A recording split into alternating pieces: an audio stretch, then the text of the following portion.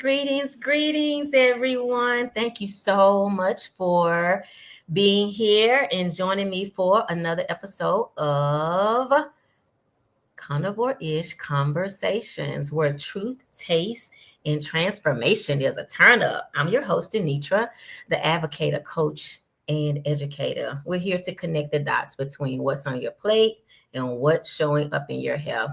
Today's conversation really hits close to home for so many families, especially if you're raising or caring for kids.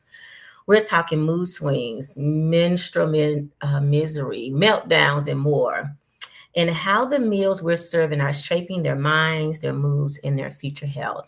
And listen, this isn't just about teenagers with an attitude. This starts in pre-K. Yes, pre-K. The juice boxes, the goldfish crackers, the pizza Fridays. It's all laying the groundwork for hormonal chaos long before puberty hits. And this week, I was reached out to by a 25-year-old. She was told she needs to have surgery to remove fibroids, and that was her only option. She could choose from a scalpel, right? But no one had a conversation with her about nutrition. No one talked to her about lab work like an A1C or fasting insulin. She's never been asked that, never been asked what she's eating, and if possible, if those have anything to do with her fibroids. And it's that same kind of neglect I see when I talk about our kids. We rush to medicate, to operate without ever investigating the meals behind the misery. Here's the science in one line: high sugar, high processed carbs, seed oils, blood sugar spikes, high insulin, and hormonal imbalance. You hear me say it often, is insulin resistance. And in young girls, that means more painful cycles, earlier puberty. And in our boys, it's their acne, it's aggression, it's breast tissue, right? And guess what? These imbalances are fed by the pantry. It's not just in the genetics. So today we're pulling the lid off the lunchbox and calling it like it is, because when we know better, what do? Hopefully we do better. So tonight I have a guest with me who I'm super excited about having. And she knows this truth like firsthand. She's been living with some chronic pain for the last 25 years, PCOS, endometriosis. And she found unexpected healing from what?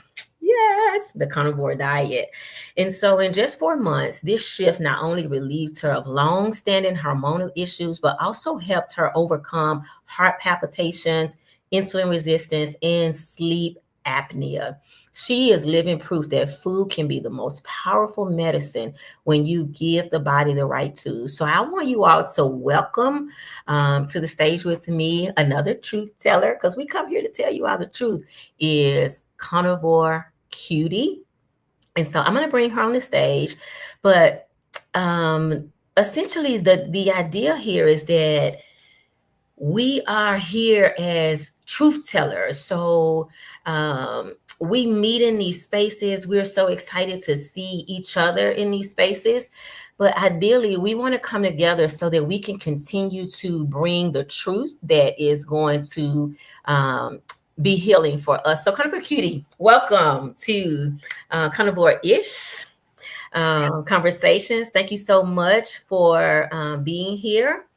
And before we dive into details, I want to start here. When you hear me talk about meals fueling mood swings and menstrual misery and meltdowns and more, what's the very first moment from your own life that comes to mind? And so I want to hear that from you, and then we're going to dial back and just learn a little bit about you and your journey. So thank you for being here. And just talk to me about who you are and how you got into this space. Thank you so much, DeNitra. I'm so excited to be here, and especially in the early stages of Karnivor'Ish Conversations.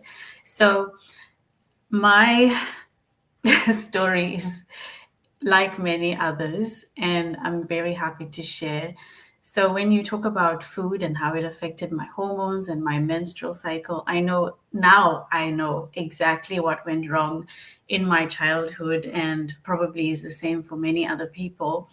But because we were given the guidelines of the food pyramid, your family, your parents, they follow it with the most the best intention, believing that that is the right thing to do. And so a lot of my meals as a child were very carbohydrate heavy because carbohydrates are the biggest section on the food pyramid.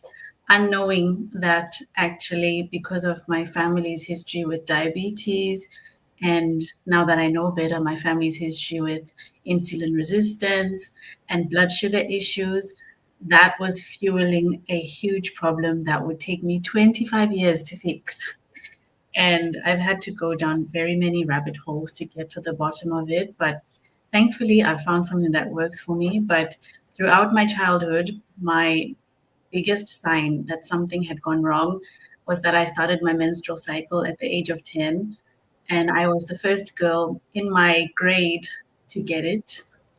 So it was very distressing and also very embarrassing because I was just not prepared. And when people found out, they were very mean about it. So it just was emotionally taxing, in addition to it being physically scary. And also, the other thing that was a major theme of my life was blood sugar issues. Every time I would eat, I would get hungry an hour or two after eating. And I noticed that it would only happen to me. It wouldn't happen to anyone else who had eaten the same meal that I'd had. And so I've always been a sickly child. And not only did my menstrual cycle start early, it was always very painful and has been painful for the past 25 years until now. So, did I lose you? Can you still hear No, me? Okay. So thank you for sharing your journey. And you're right, like we can only imagine at a young age of 10, really not probably understanding what's happening in your body, but then to have all of this, external chaos and noise around such a private moment, right? Only makes it that much more challenging. And so that's why I'm grateful that you have found a journey that is like working for you, right? I've been following you, been so excited to see your journey. So talk to us a little bit about where you are now, where you live. What time is it where you are? Thank you for being here, right? Because we're in a totally different time zones right now. So give us a little bit of that and then we'll go deeper into the conversation. So I'm originally from Zimbabwe and I currently live in the UK.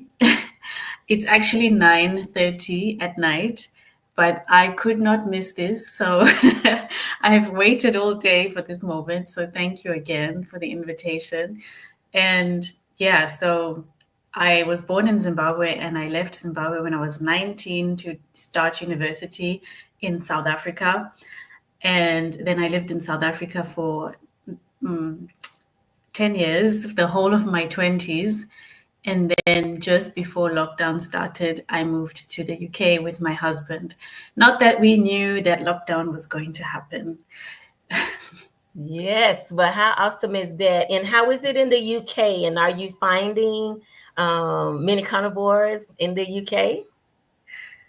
I like it a lot. It's over 5 years that we've been here now, so I'm getting to the point where I want to move on. But it's been amazing. I've really enjoyed the experience, but I think I'm the kind of person who's always going to be moving. So it's not that I don't like it anymore. I have itchy feet now. And yes, there are a lot of carnivores in the UK, more than you would think. I think Eddie Abu is a huge reason for that. But besides him, I think people here are very private about their health choices. So you only realize that there are a lot of carnivores when you join the Facebook groups or you go to carnivore events and you realize, okay, people are not talking about this out loud when you are face to face, but online, there are a lot of UK carnivores. Yay.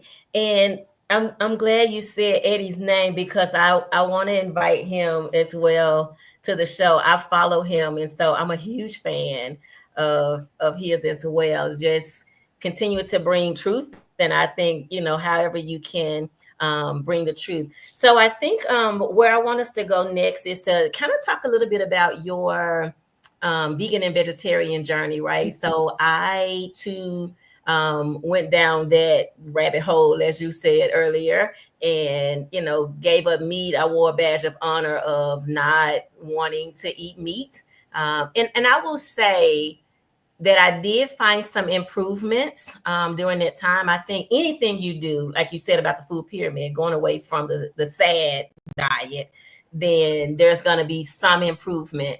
But what I found for me is that it wasn't a long-term solution. So talk to us a little bit about your journey when you were vegan, what you were experiencing during that time. So the only reason I went vegan is that I had tried everything, or so I had thought by that point. And sadly, the reason I jumped into vegan was because my dad was diagnosed with cancer. And all the research that I did and the research that everybody else did was to follow a plant-based diet. And when I realized that for him, I thought to myself, well, I have health issues. Maybe it will work for me too. And so I followed plant-based, and I went even raw vegan at some point. But the longer I stayed vegan, the more painful my periods got. And I was shocked because I thought I was already at the pinnacle of pain, but vegan actually made it worse. And I couldn't believe it. And I always say, I know that my PCOS started when I went vegan, because that's when I started to experience stabbing pain during my menstrual cycle. All the other years, it had always been extreme, painful cramping, but there's nothing like PCOS stabbing pain. It is the worst thing I've ever experienced. So, in short, the diet didn't work for me, and unfortunately, it didn't work for my dad either. So, we did lose him. Oh. And I really wish I'd had the knowledge that I have now. I don't know if it would have made a difference at the time that we realized, but yeah, it's something that I will regret forever. But I only did that because I thought I had done everything, and because, the vegan diet is marketed as this not only more morally correct, but also very clean and high vibrational and all of that. And I fell for all of it. But at the same time, I know that it works for a lot of people. If you go online, you'll see that there are people thriving on the vegan diet, and I'm very happy for them. And I wanted to be one of them. But unfortunately, it didn't work for me. But the only way to find out is to actually try. Yeah, so condolences to you relative to your father. I too lost a really close family member. I say to myself the same thing. If I had known then what I'm learning and know now, would it have made a difference? And so this is why we talk loud, right? We're not going away, right? You have your YouTube channel that you're consistently sharing. And I do agree with you that, each person must find their formula. I often say that it really depends on how deeply we are damaged from the sad diet, right? So when we enter into this space, what our symptoms are, what damages we have, really determine what is going to get us to a place of healing. And like you, for me, the vegan and vegetarian for a season, it appeared that I was thriving, but it also is at the same time that I was diagnosed with autoimmune lupus. And I was going down a rabbit hole, and I was like you, I cranked it up. I ate more nuts, right? I call myself becoming cleaner, only to get sicker and fluffier is what I call it, right? I got fluffier, and I didn't get better, and I was in excruciating pain in my knees and in my arms, and I just was like, something's got to give. And so my family member who passed went through the same thing, had the same diagnosis. And so for me, I'm like, she tried to do all the things that the doctors encouraged her to do. And so I just want to kick people when I think about that she could still be here with me. So I concur with you on that. So thank you for sharing that really soft space with us. I appreciate it. So Tell us about, I think you tried this for 30 days. You had a first 30 days. I think it was right after your first 30 days that I was starting to see your YouTube videos. So what made you try it? What do you think was the motivation? Just let's talk about like what was the motivation that said, I'm gonna give it a try. I know you said you tried everything else, but it was that maybe that one thing that said, yeah, I'm gonna do it. Honestly, the fact that I had done what I thought was the last resort, which was veganism, I thought to myself, well, if I can do that, I can do this because it's the absolute opposite. And I told myself that I'm going to do 90 days strict. Let's see what happens. I mean, vegan messed me up. So let's see what happens if I do the opposite. And it was just another experiment. I had spent my 20s experimenting. So it wasn't a big deal for me to try it because I've tried it everything, like I said. And the thing is, this time it was different. For the first time, I saw results within the first few days, and I'd never seen results from any diet I'd ever tried in the first few days. I'd done everything, and I mean everything. So, for example, the first week of carnivore, I noticed that I would eat meat in the morning for breakfast, and I wouldn't feel dizzy. I wouldn't feel shaky. I wouldn't feel hungry until the end of the day. And for the first time in my entire life, that happened. I promise you, it had never ever happened before. And I was shocked, and I thought, okay, this has to be it, because that was huge. Ask anyone who knows me, they know I always used to carry food around with me because I was scared of fainting. So just that was a good sign for me. But by the time my cycle came and each month came, my cycle pain reduced so much. And for me, my cycle has always been my indicator of, am I on the right track or not? And as a woman, your cycle is your fifth vital sign. Whatever's going on with your period tells you everything that's going on with your body, your mind, your spirit. And after 25 years of trying to figure out how to fix it, the first month of carnivore, I didn't need to use painkillers. And I was blown away. And it made me excited to see what will happen the longer I stay on the diet. So, yeah.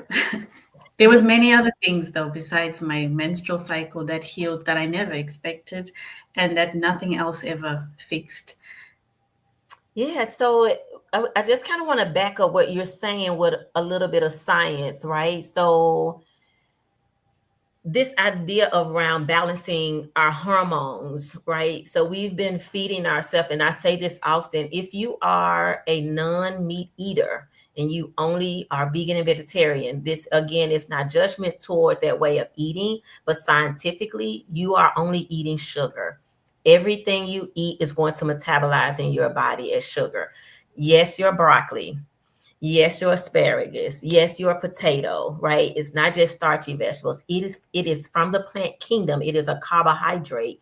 And carbohydrates, the word is saccharide. Saccharide is a sugar. So I want to just make sure we layer that. So what happens is we have these hormone imbalances because of insulin. So you've heard Pumi mention insulin resistance. You hear me say insulin resistance often. So what happens when you eat a lot of sugar, basically more than a teaspoonful, then you cause your body to run high on insulin. And insulin is unregulating the sugar that you're eating. And so those reactions is what I call them. Sometimes you'll hear me say manifestations. Those reactions show up. In her case, it was, misery with her cycle, right? There, for me, it was lupus. For me, eczema, gout. So many other people have other reactions. Think of it like a poison ivy that you've been in some poison ivy and now you have a reaction to it. This essentially is what we're saying around the symptoms. So I appreciate you breaking that down in a way that helps us understand like this journey to change, this desire to be better, to keep tapping into what is happening with self. I often say that we don't want our bodies to be a mystery. Many people are walking around and what's happening in our bodies is a mystery. So you went from this vegan, vegetarian, you got on the carnivore, and hear me too when I say carnivore, because I'm also trained really like not to use labels. What we're really saying is we take sugar out of our diet. So Yeah. meat is the only thing that doesn't have sugar. It's not going to metabolize in your body as sugar. You're really not going to even get a blood spike when you're only eating meat. So for those that are listening and you want to keep your blood sugar down, meat is the way to go. This is why we do it. It's not a fad for us. It's not a diet for us. It really is the way we manage our blood sugar and our insulin levels. So you did this really strange thing. I'm sure the people in your world was like, okay, what are you doing? So that's what I want to hear about next is how have you been able to adapt in social settings as a carnivore? And I love the name Carnivore Cutie. I was like, why didn't I think of that? Right. So tell us about like your social, adaptions now. Do you primarily eat at home? Are you primarily eating out? Like where are you finding your niche, if you will, in terms of making sure your body is fueled with animal sources? So socially, it hasn't been very difficult because I don't live in my hometown or my home country. So I don't need to deal with people like family and friends who are usually the most judgmental. Um, so socially, it's been easy. And also, I work from home, so I don't have colleagues that will be passing judgment either.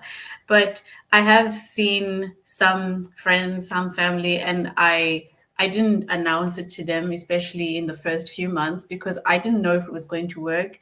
And also, I felt like they're going to think I'm crazy because I've been vegan and I was very vocal about being vegan. And now I'm doing the opposite of vegan. I just didn't want to deal with any opinions or judgment. So I kept it secret, actually.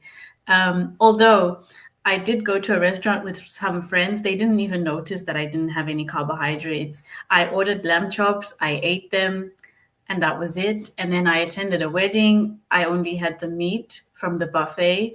Nobody said anything. I don't know if they noticed, but at the same time, I think my family would have been happy to see me eating meat rather than judgmental to see that I'm eating meat. So maybe that's why they didn't say anything negative. Um, and then when I go to restaurants, I'm not one of those people who's going to be making a fuss about the seed oils and all of that because I don't want to live in fear. And so if I have seed oils once in the month, I don't want to feel like I've damaged myself and that I'm making a mistake. So I'm not that strict about it. And because I make all my meals at home, I think what I'm doing counteracts any bad things that I may do when I'm out in the real world.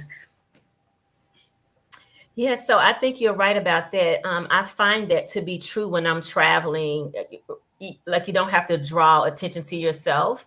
I am here in Maryland. I'm actually away from home. I came here to visit my sweet baby niece, but also did a meetup today. Actually, we had a meetup. Well, I call it a meet and eat, but we spell meat MEAT. So in the meet and eating we're eating meat.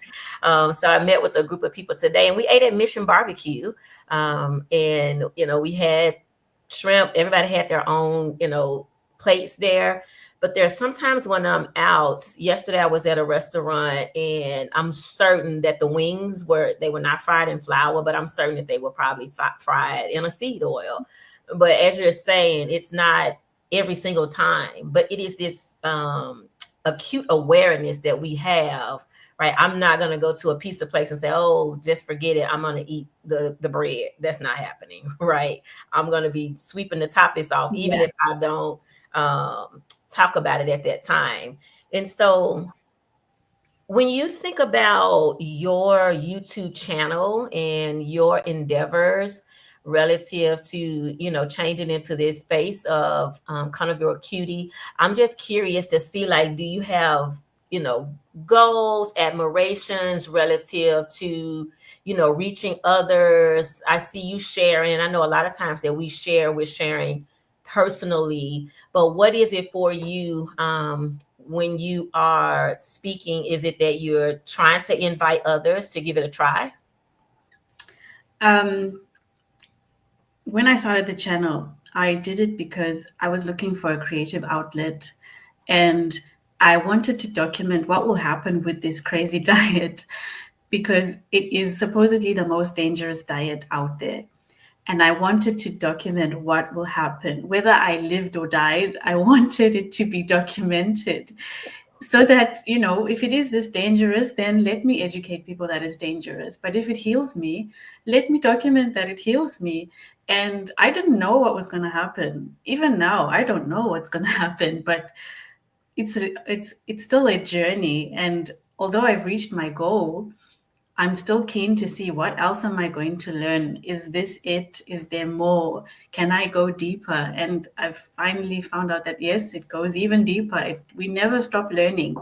And the most important thing, though, for me is that I don't see any Black people who are carnivores. They are so rare. And I don't know if people are doing it in private because, our people are very private and scared of judgment. But at the same time, it's helped me so much. And Black women suffer with fibroids, PCOS, endo, hysterectomy diagnoses, and so many womb issues more than our counterparts. And if this healed me, then who else could it heal? Because I would have never thought that eating meat would do it, because whenever you research menstrual issues, the first thing they tell you is to stay away from red meat. And I did that for very long. I thought meat was the thing contributing to my estrogen dominance, my inflammation. Actually, that's what healed me. And it's going to take a while for people to realize that. The other day, I had an argument online with this girl who's in her early 20s who's been put on morphine for her endometriosis pain. And I said to her, "Why don't you try the carnivore diet? It helped me." And she said, "Oh, life is too short to live like that and have a restrictive diet." And I thought, "Oh my gosh, you're going to live on morphine instead of trying anything." Even if she had said she'd go plant-based to see if it works for her, that would have been so much better for me to hear than for her to give up to the pharmaceutical industry and say, "Well, I'm going to take morphine until I die." And she's only 20. Yeah. It's so So sad. It's so sad, but it is the struggle with people. I was mentioning earlier that I had a young lady that's 25. She has fibroids, and the doctor gave her an option for surgery. Now, what are you eating? What are you doing to your body? What could you change? And so her dad is actually the one who reached out to me. He was like, "I need you to talk to my daughter, right? Because I don't want her to have surgery oh at my 25." gosh, Right? no. Start cutting on her now without having a, and I asked her, I was like, "Do you know your A1C?" And so this is the biggest missing piece, is the whole insulin resistance is what is so missing, is that no one is tapping into that. We're not making these correlations to insulin in the blood sugar as to the reason why we are coming down with these hormonal issues. It is why our hormones are off, is because the body is flooded with sugar. And so you're right. It's a big debate. So I've had a few debates in my time as well. I have yeah, I've had a few debates, and people think you're crazy. Like, I've been called crazy. I've been blocked by people. I've been unfriended by people. And I'm saying to people, this could be an experiment for you to try. Literally, I have to reverse it. I have a little psychology background. So I try to reverse it. And I use the word carnivore and basically say, you're just not eating sugar. That's all I'm asking you to do. Yeah. Right? You're not eating sugar. Right? So if you don't have a problem with a hamburger, I'm saying to you, don't eat the bun. Like, have your hamburger. Have a couple of patties if you like, just the bun. I call the bun a utensil, and I say, would you eat a fork? Would you eat a fork? That's essentially what a bun is. It's just to keep the grease off of your fingers. Yeah. And so you have to break, that's my elementary teacher background there. You have to kind of break it down and help people see. But you're right, we get the cold shoulder, you're gonna die, you know, you're crazy. But I'm literally like you, like everything is moving in the right direction. I have no prescriptions. Even I think I heard you mention like you've healed some things that you didn't even think would be healed. So I do want to talk about that. But I was like keen, and I learned that word, keen to be on vitamin D. And so I Yeah. went to my doctor one time, and I was like getting ready to take a trip, and I had to call her. I was like, hey, you didn't get my vitamin D. She was like, your vitamin D is not low anymore. I was like, okay, you sure? Wow.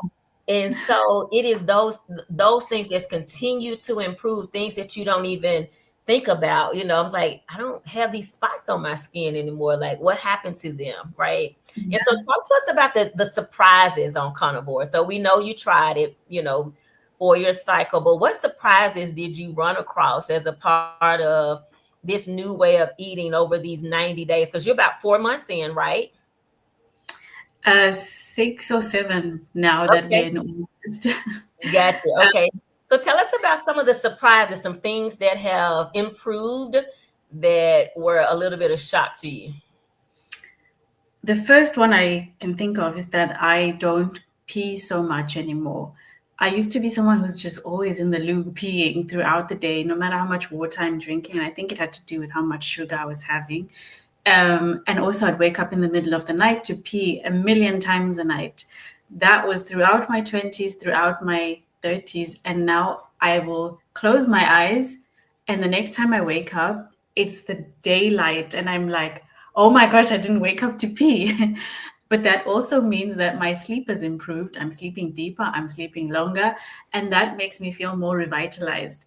I also noticed that I wake up so much earlier and I wake up so refreshed. Never ever happened before. Sleep apnea also stopped. I used to wake up gasping sometimes, and I don't know how the meat did it, but that doesn't happen anymore. Um, Also, my eyes used to get very dry. As a content creator, you know, you're always on the screen. If it's not your laptop, it's your phone. And in the night, my eyes would get so dry and painful that I'd have to put my phone away. But now that doesn't happen. With or without my blue light blocking glasses, my eyes feel more lubricated. And also, of course, my joints are more lubricated. They don't snap and crack anymore. Um, I also noticed that I can now fast, which is something that I was never able to do. People always told me about the benefits of fasting. I would tell them, I'm not the kind of person. I cannot intermittent fast. I'm going to get dizzy. Now I can go hours and hours without food, even upon waking. So now I'm like an M.Ed girl sometimes, and I never ever thought that it could happen for me. Um, my hair is growing way faster than I could ever have imagined. And especially with the sister locks I have now, I can really see it because I have to retie my hair way more often than before. My stomach is flatter than it's ever been, which is the best. As a woman, or what else do you want? And if you're listening and that's the only benefit you've heard and cared about, then do it just for the flatter stomach.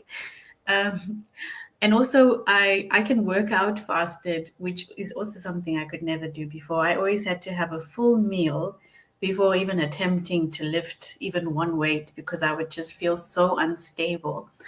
Another benefit is that my mood is so stable. I don't get, not only before my cycle, but just throughout the month, I'm the way I am now is the way I am the whole month. And actually, my energy and my joy, like I am today, is a surprise even for me because I'm supposed to have my cycle starting tomorrow. So I should be like, I don't want to be here, but I'm the opposite.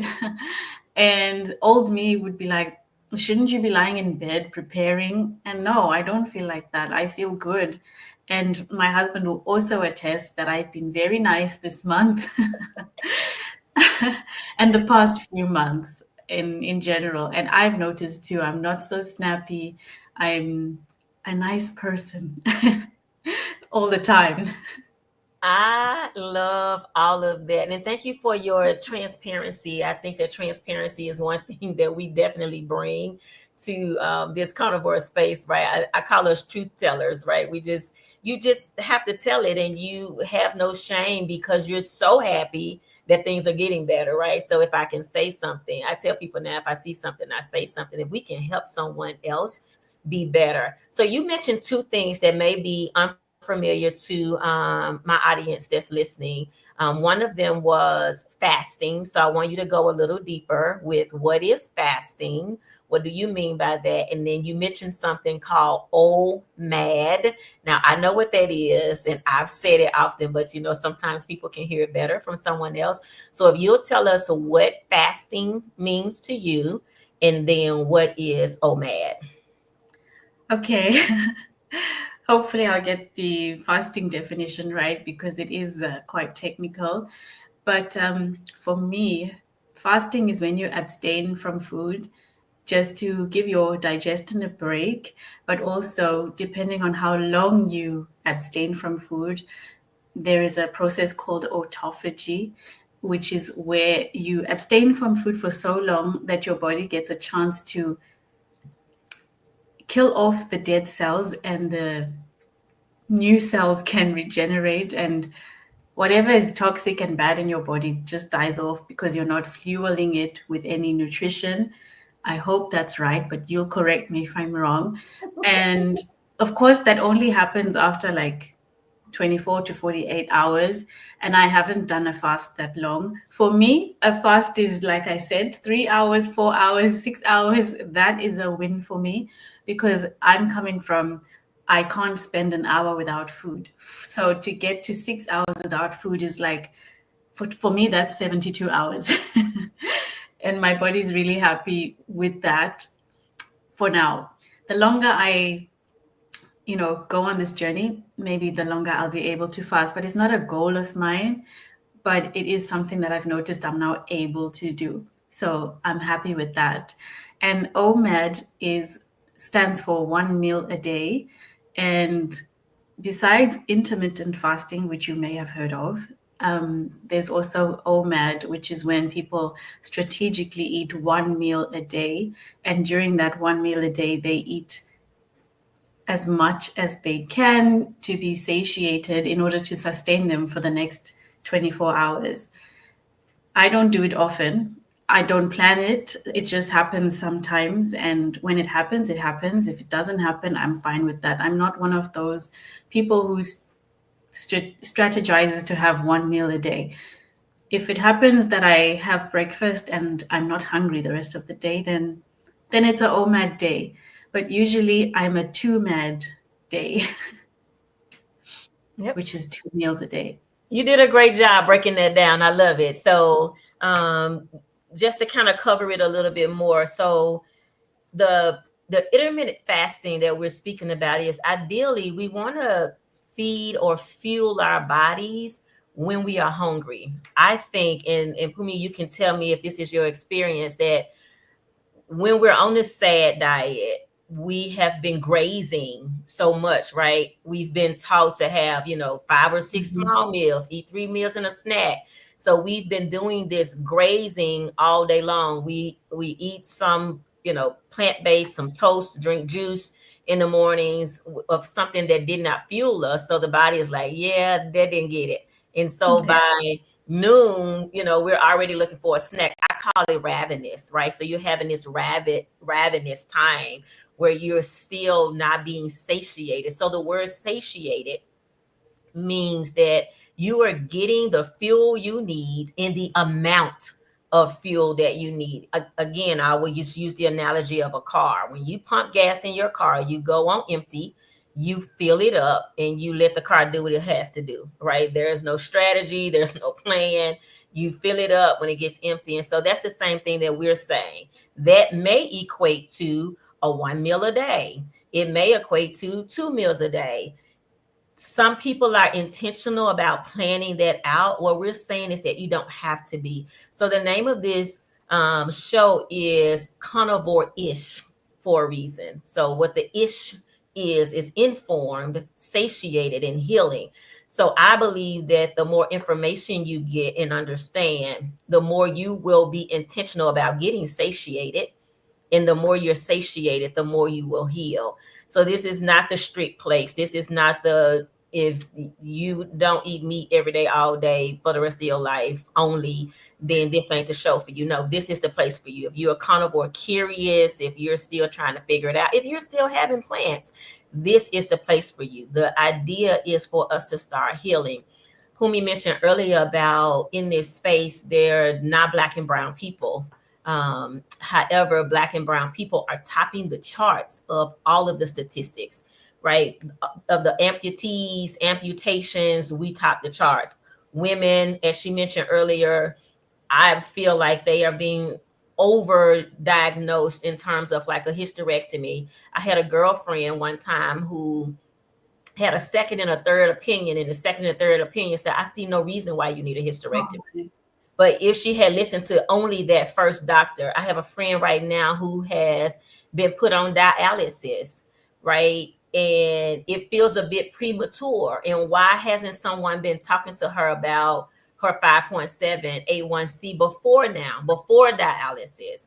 And so the idea of this show, the reason why we come into these spaces is to teach us to first self-identify, so that we can identify our labs, know what's going on with us. Like, it should not be a mystery, and you can't just trust what the doctor says. And then you have to be an advocate for yourself, right? You have to go all in and say things like, well, I done tried everything else, let me try this, right? Meat is not going to kill you. Meat is going to heal you. I see it in the comments, right? A lot of hashtags, meat heals, and this is so true. And we are your living proof that you get on a journey where you're just simply not eating sugar. So as we start to wind down our time, because I think it's really awesome this month. What we really been focused on is kids and caregivers, right? This is back to school for us. You know, kids are going back to school. They're being challenged with the cafeteria. My husband was on the first show that we did and talked about it. He's an educator. I've been an educator in the classroom. And so we just really were trying to help caregivers. And so we have, you know, girls in school. I can remember myself not knowing what I know now. I literally used to have to come home every time. My stepfather would have to pick me up when my cycle came because I was in so much pain. And I know I was a big sugar eater. I told you all on this show, like, I love cake. Like, cake was my best friend. And when I learned that I could have cake without a birthday, it was that I didn't have to wait. Yeah, so it was trouble for me. So what I want to do is kind of flip a little bit and just talk through what you may say to a mom who has a daughter. You said that your cycle started really early at the age of 10. A mom that may be faced with this, who is probably, you know, trying to force the kid to eat more fruits, more vegetables, go plant-based, have a smoothie. I just want to know what you would, and of course, we don't give medical advice here. We give guidance, we provide education. But just from your experience, what would you say to that mom who is raising a daughter that is having some challenges with their cycle right now? I think for me, the biggest lesson I've learned from being in the carnivore space and understanding how the food pyramid is upside down, I think that was the biggest thing for me. And now that I know better, I would say if you have a daughter in particular, having your daughter on a low fat or no fat diet is the worst thing that you could ever do, because fat is fuel. And for women in particular, fat and cholesterol are the two building blocks of our hormones. And that is actually the reason why I feel better. It's because for the first time in my life, I'm having fat. And I never did before. I wasn't even an avocado eater as a vegan. And now that I'm having animal fat, that is why My cycle comes at the same time every month. My cycle is no longer painful. I'm not overweight. And if you do have a daughter who starts their cycle early, they will have those issues. They'll be overweight. Their stomach will be bigger than their peers. Their body will be bigger than their peers. And it will be not only weight, but inflammation. And fat also helps to reduce the inflammation because it balances your hormones. It's just so healing. And even if you are skeptical about carnivore and you want your child to eat vegetables because you believe the smoothies are good for them, the juices and all of that, and yeah, it looks healthy, it looks good because it's greens, and we've been programmed to believe to eat the rainbow, and greens are healthy, fiber, all of that. Why not just do an experiment? Do 1 week carnivore, see if there's any negative reaction.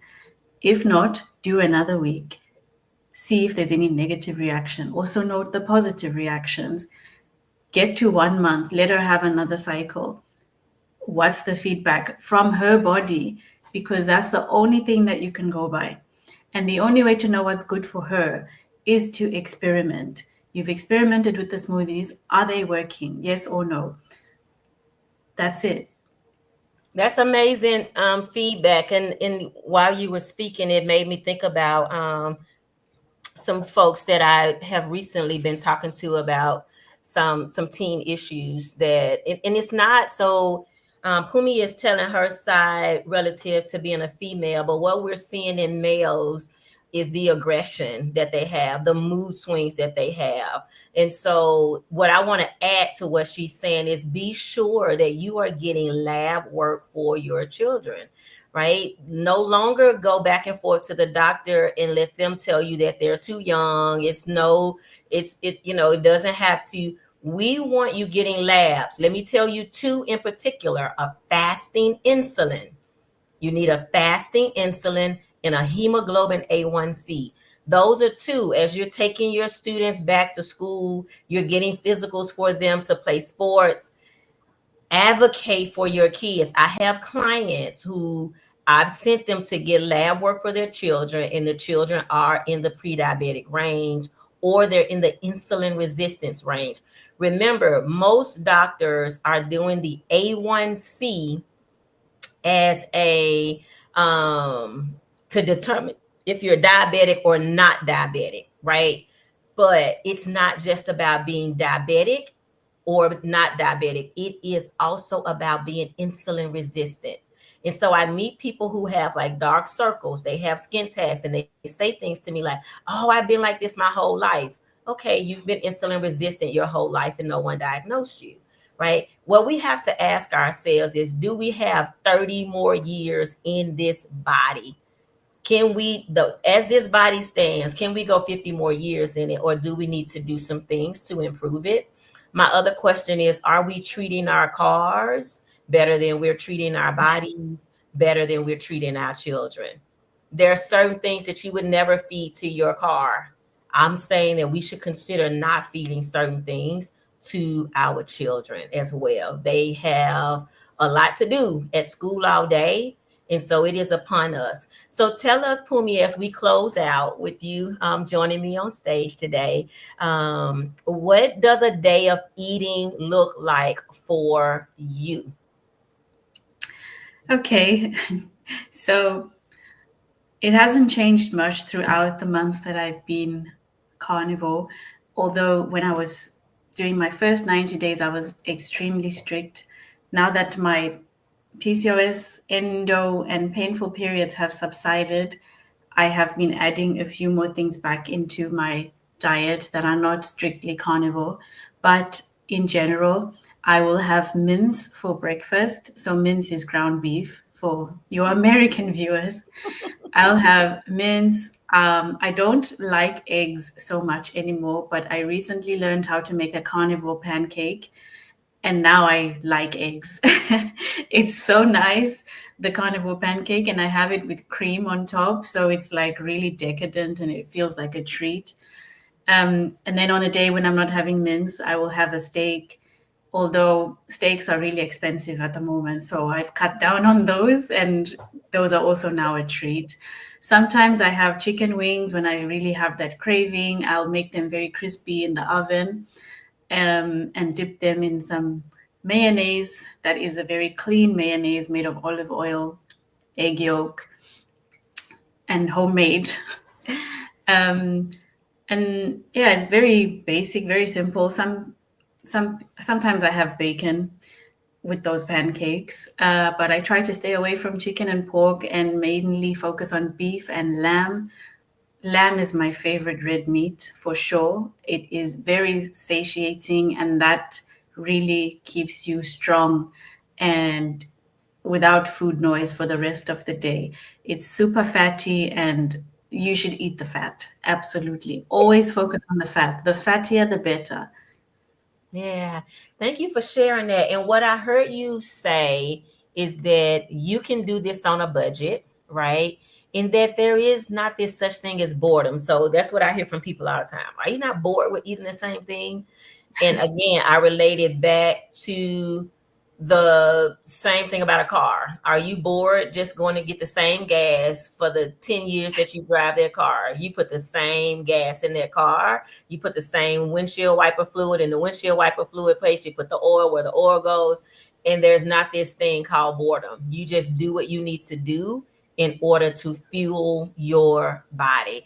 And so I'm grateful for you being here, coming to share and giving us so many just jewels around. And I'm grateful that you're learning this at such a young age, right? Here I am in my 50s, just getting it, right? And so what your journey is doing is helping us reach young people younger, and also helping parents that are raising children. And even in the school, my I have a guest that's coming up where we're going to even challenge this whole muffins with moms, right? Challenge this idea of donuts with dads. And so really just starting to be on the ground with how do we just change this whole trajectory and get back to fueling. I love what you said about the pyramid is upside down, right? They have the meat, the smallest at the top, and all these grains across the bottom. Yeah.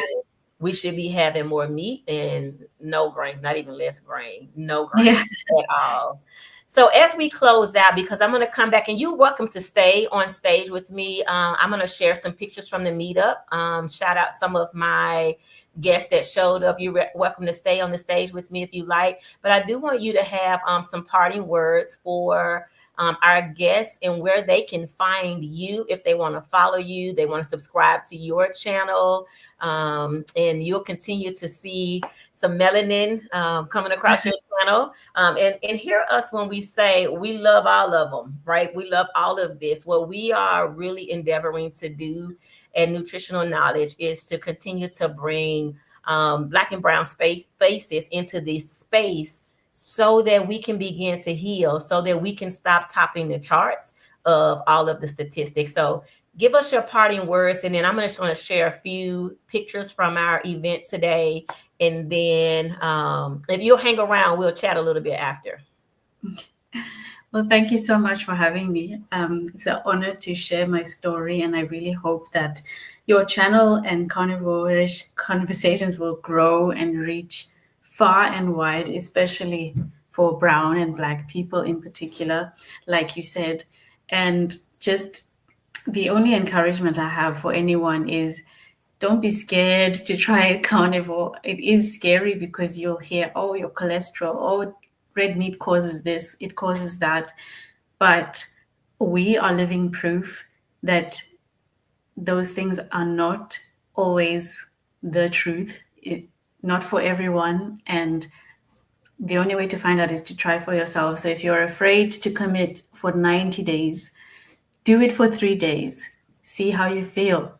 Then do it for 7 days, see how you feel, and just keep going. The moment you feel something is going wrong, then you reevaluate, but you don't know until you try. Yep. Well, I appreciate meeting you. I appreciate your openness to connect because I think I just hopped in your inbox and started a conversation, and you were excited to see me. I was excited to see you. And I'm just grateful that there are fellow sisters out there that are carrying it. And I love that, you're in the UK, I'm in the US, I'm connected to people globally on this journey, and just, still trying to bring it right back to our hometown. So thank you for that. Hang around. I'm going to talk a little bit about our event, and then you and I'll share a little bit later. So guys, let me just say, today was a phenomenal opportunity. I'm actually live from Rockville, Maryland today, and I'm super excited. I had a meet and eat. I have clients who are here that I was able to celebrate with them their 90-day metabolic makeover. And so they showed up to an event. They brought friends. And this is what also happens in the carnivore space, right? We always are trying to figure out where somebody else is and come together. And guess what? We go eat meat. So again, y'all know I'm kind of new at this. So bear with me while I try to show you some things. This is, again, still new to me. So let me see if I can do it this way. I think it's just blocking the screen right now, right? That's not what I wanted to do. Yeah. Let me try something else. So I'll just say, let that be okay right now. So this was the actual meetup. We met at Mission Barbecue today. This is the couple who I've been working with for a little over 90 days. Yes, you see less of them. They showed up today. We had a really good time. And then Tanya, who is going to be my next guest that you all will get to meet on Monday night. Tanya showed up. She and I met online. She's going to join me. And then there is, here's the whole group of us. So we had an amazing time. And guess what we ate? We ate meat. Good brisket, fatty brisket, some shrimp.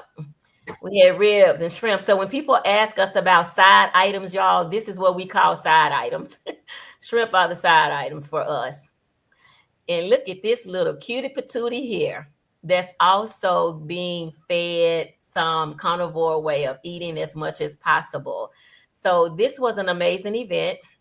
If you're in a place where you are wanting to try carnivore, I agree with Pumi, is that you can try it for 7 days and just have a come to yourself meeting and say, what I'm really doing is just not eating something that's going to metabolize in sugar. What I'm really doing is keeping my sugar low. So I tell people, try 7 days, try 21 days, watch for the improvements and see what happens. Now, you must also be sure that you are hydrating, that you are getting your electrolytes.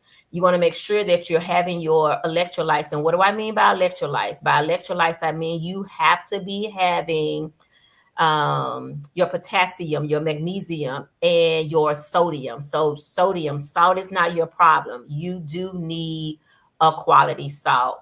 And so as we close out tonight, the takeaways that I hope you heard are that these symptoms that you're having are signals. They are not just random. That your blood sugar needs to be controlled. And we can't medicate our way out of what we're eating ourselves into. And for our kids, the prevention starts now. You don't have to wait until your kids are facing a diagnosis, your kids are facing some type of surgery. Get the lab work. Find out now. And this is to my parents, the aunties, the uncles, the teachers. Like, the pantry and the drive-through is your first line of defense. You have more influence than you think, right? So continue to take the time to learn for yourself and then put it back to your children. And before we go, I want to invite you to join me on Monday, August the 11th at 6 p.m. right here for another Karnivor'Ish. And remember, the ish stands for informed, satiated, and healing conversation. My guest will be Tanya Taylor. You just saw a picture of Tanya. Tanya is just 30 days into her carnivore journey after a lifetime of the standard American diet. We're going to talk about what shifted, what's been hard, and how early wins can set you up for long term. You don't want to miss this. So let me say to each of you again, thank you for joining, and we'll see you next time.